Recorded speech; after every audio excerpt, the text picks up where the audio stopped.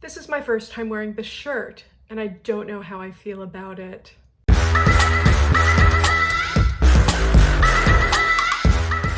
What is up, guys? I'm Envy and welcome back to my channel. In today's video, I'm going to be doing an anti-haul spoopy edition. I hate myself too, don't worry about it. And talking way too much. So if that is something that you're interested in, keep on watching. So I'm gonna preface this with a little story just because I can. So whenever I was in high school, my Tumblr blog used to be named Carnation Secrets because I made it like right after my great-grandmother passed away. Her favorite flower was a carnation. Tumblr was like a diary to me, and it was just Carnation Secrets, yes. But then Halloween came and I changed it to Spoopy Secrets, and my friend Quinn, Fazy on Instagram, please go follow them, made fun of me like relentlessly. And so I went to change it back, but then someone like swiped Carnation Secrets from under my nose. And I have never had it since, and so I have hated Spoopy ever since. But welcome to Anti-Haul Spoopy Edition. Angling myself over here. I feel like I feel like you can see like my freckly shoulders. I never had freckly shoulders, and there's nothing wrong with freckly shoulders. I never had freckly shoulders until I had like the worst sunburn of my entire life, and so now I like look at them and I'm just like, I remember the burn. All right, first up is the Colourpop and Hocus Pocus collaboration, round 2. So there is the Witching Hour 12 pan palette for $22. There are 3 Fresh Kiss lip creams. I can say words. There are 3 Super Shock shadow shades for $7 each. There is a spider like face stamp that is $9. There is an $11 hand mirror, and there is the full collection for $90, which includes the Soul Body Black Flame candle. So, fun fact, I don't like anything except the candle. The first collection was, do I dare say, iconic? But it was still nevertheless very sought after, and it was one of the most loved Colourpop collaborations or collections in general in recent years.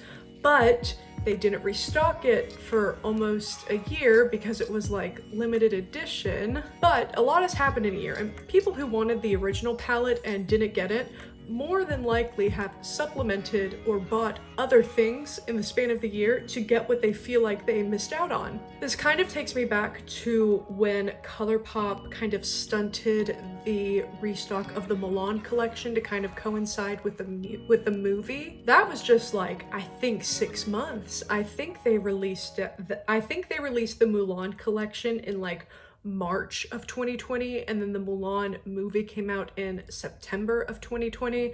They did it to kind of, coincide with the launch of that.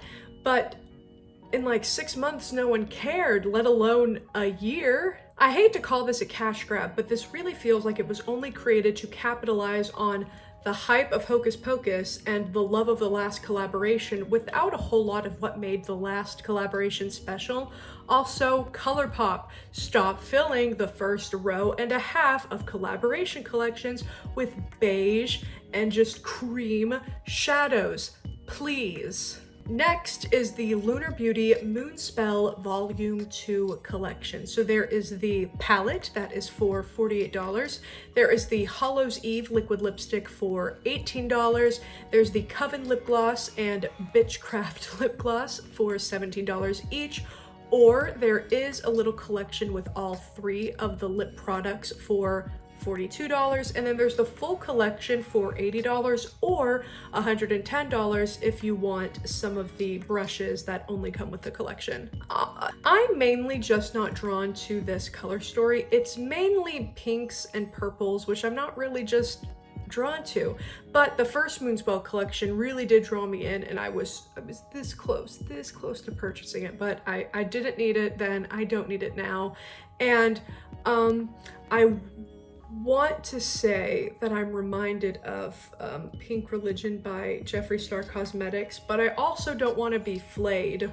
Next is the Makeup Revolution and Simpsons Treehouse of Terror collaboration, and this is massive.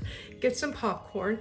This is so big, and I know that it'll be on sale in a month and a half, and it only makes it more funny and appalling to me that Makeup Revolution, the brand that created a sub-brand called Planet Revolution to reduce waste, is in fact creating so much waste. But I'm gonna just straight up read this because I can't remember anything for a second, so sorry that I'm gonna be looking down for this. But there is the mini highlighter palette in Witch Lisa for $15. Mini eyeshadow palettes in Raven Bart and Alien Maggie, also for $15. Lip kits in Vampire Burns, Devil Flanders, and Donut Head, and Donut Head Homer that are also $15 each. There's a face palette in Spooktacular that is $25. Donut Head Homer blending sponge, which is $8. Gruesome gel liner in Witch Lisa and Raven Bart, which are $10 each. There's a couch bag, which is $18. Witch Marge Lash Duo, which is $15. Alien Slime Primer, which is $14. Gel Slime Gel Slime Lip Mask in Kudos and Kong. I don't watch The Simpsons, I'm sorry. That are $8 each, and a Bouvier Coven brush set, which is $25. So the big palette is really colorful, but Makeup Revolution's large palettes aren't exactly known for their quality. I don't like that there's only one shade of like highlight and face palettes, you know, like if you're gonna make this big of a collection, at least create like a little bit more versatility in face products, please. I feel like I scream this every anti-haul, and I know you're tired of it, and I'm tired of it, but gotta do what you gotta do. But yeah, I'm mostly just not drawn to this collection because, as I previously stated, I don't really watch The Simpsons. In fact, I've only ever seen one episode of The Simpsons, and apparently it's like the worst one. It's the one where like Principal Skinner, you find out isn't actually Principal Skinner or something like that. I have no nostalgic feelings. I feel nothing towards this collection. I feel nothing towards the source material, so I'm just not down for it. Keeping on with the Makeup Revolution collaboration train is the Makeup Revolution and the Corpus Bride collection. So I'm once again going to be reading because it's a little bit. So there is the newlyweds. I can't speak today. I feel like I have like rheumatism. Blah, blah, blah. So there is the Newlyweds Shadow Palette that is $12. There's the Grave Misunderstanding Shadow Palette that is also $12. Upstairs Downstairs Shadow Palette, which is $25. The Butterfly Eyeshadow Palette, that is $20. A lot of eyeshadow palettes, goodness. There is the Victoria, Emily, and Victor lipsticks that are $7 each. There's the brush set for $24, the mirror for $15, and the Scraps cosmetic bag that is $12. And fun fact, I actually forgot this was coming out because of how quickly it was eclipsed by the previously mentioned Simpsons collaboration. I also feel like with as many like small palettes as this collection is having, they could have really done without the two like bigger palettes, but I'm not getting anything. I think the mini palettes and the lipsticks are like good. I think they're a great like homage to the Corpus Bride, but I just don't need any of it. I personally feel, and I think Angelica Nyquist said something similar, that Makeup Revolution and another brand that I'll talk about next don't really have much of a brand identity outside of collaborations because they just do so many collaborations, and it kind of makes me worry about the longevity of these brands once the novelty of these collaborations run out. Next is Hipdot and the Addams Family collaboration. So there is the Spells and Hexes palette, which is $24, the Morticia Lip Trio, which is $24, and the Collector's Box Set, which is $58. I love that this collaboration is small and precise. Just an eyeshadow palette and 3 lipsticks. I think that's wonderful. The lipsticks, as you can see, are red, black, and gray, and the eyeshadow palette has like a white, a black, a mauve, and a red, and then like a shimmer version of those colors. So I think I just like how condensed this is, but it does remind me of Hipdot and their first collaboration with My Chemical Romance. And I don't know, like, the more I look at it, the more I kind of want it, because I do like the Addams family. Like, this is one of those like nostalgia collaborations that does appeal to me.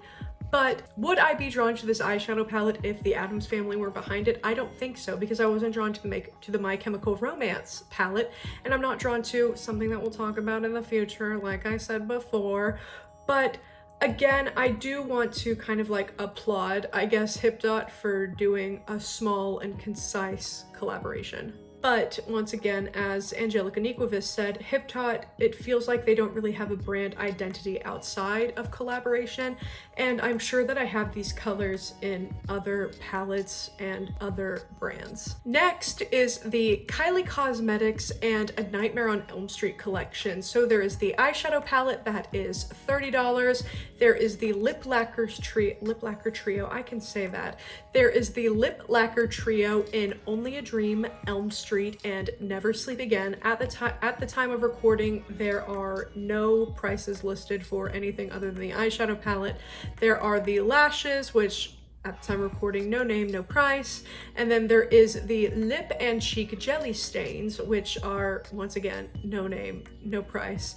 I think this is a very well put together collection. I am actually pretty drawn to this, mainly just because of like the color story of the eyeshadow palette. But if I got onto Colourpop for having like the first row and a half of a collaboration palette being beiges and nude tones, I feel like I have to get onto Kylie Cosmetics.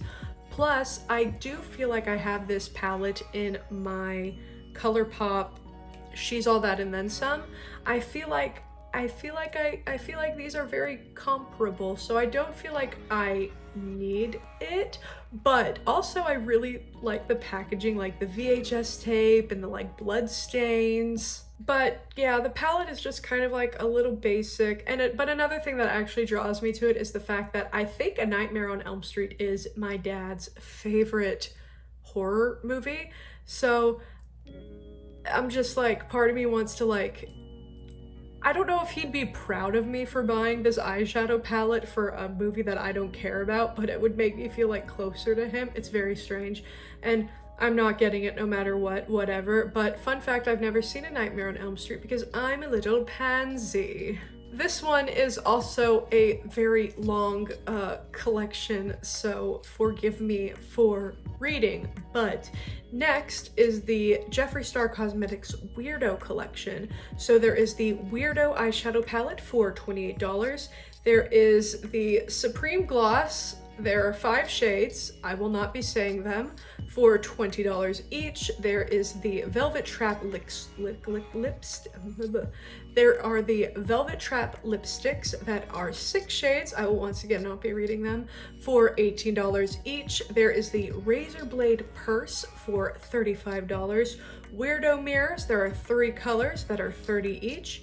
There are also several collection bundles that include the Weirdo collection bundle that has everything for $220, the Velvet Trap bundle for $90, the Supreme Gloss bundle for $80, and the Weirdo on the Go bundle for $130. There also was a little bit of merch released, so there's the Scene Queen and Weirdo hoodies, which are $55 each. The Death long sleeve shirt, which is $40. I just love that it's called Death. There are the black or white Weirdo trucker hats, which are $30. There are also mystery boxes being released with this collection. So there's the premium white mystery box that has $6 for $66. That has 6 items for $65. There's the deluxe black box with 10 items for $140. And then there is the supreme red box with 15 items for $200. So the palette is what I was saying that reminds me of the Addams Family palette, but this collection also just isn't for me. This is an homage to like early 2000s MySpace and early 2000s scene kids, which were never cliques that I really was in. I wanted to be a scene kid, but my mom would never buy me the clothes, which I mean, that's fine. But also like I was like in 4th grade when my mom ditched her MySpace and started being on Facebook. And I remember because there would be some times where I would come home from school and alongside like my list of chores to do before she came home, she also wanted me to farm her Farmville stuff. So those are my earliest internet memories, is running my mom's Farmville farm. Also, like the lipsticks that I didn't name were because some of them were curse words, which I understand that it's like an offensive, not an offensive brand, but I understand that it's like Jeffree Star's own brand, and so he can do whatever he wants. And I don't think that I'm like a prude, but the little Catholic girl in me screams when I think of some of the shade names. But overall, it's a cool collection. It's just not my cup of tea. So yeah, this was kind of like my this is my 5th anti-haul. This is my 5th anti-haul. Halloween edition, spooky edition, spoopy edition, whatever. But yeah, let me know what you're anti-hauling down below. Let me know if you bought anything and maybe why it maybe appealed to you. I'm not judging, I just want to start a nice conversation. But don't forget to like and subscribe. I love you all, and I will see you guys in my next video. Bye.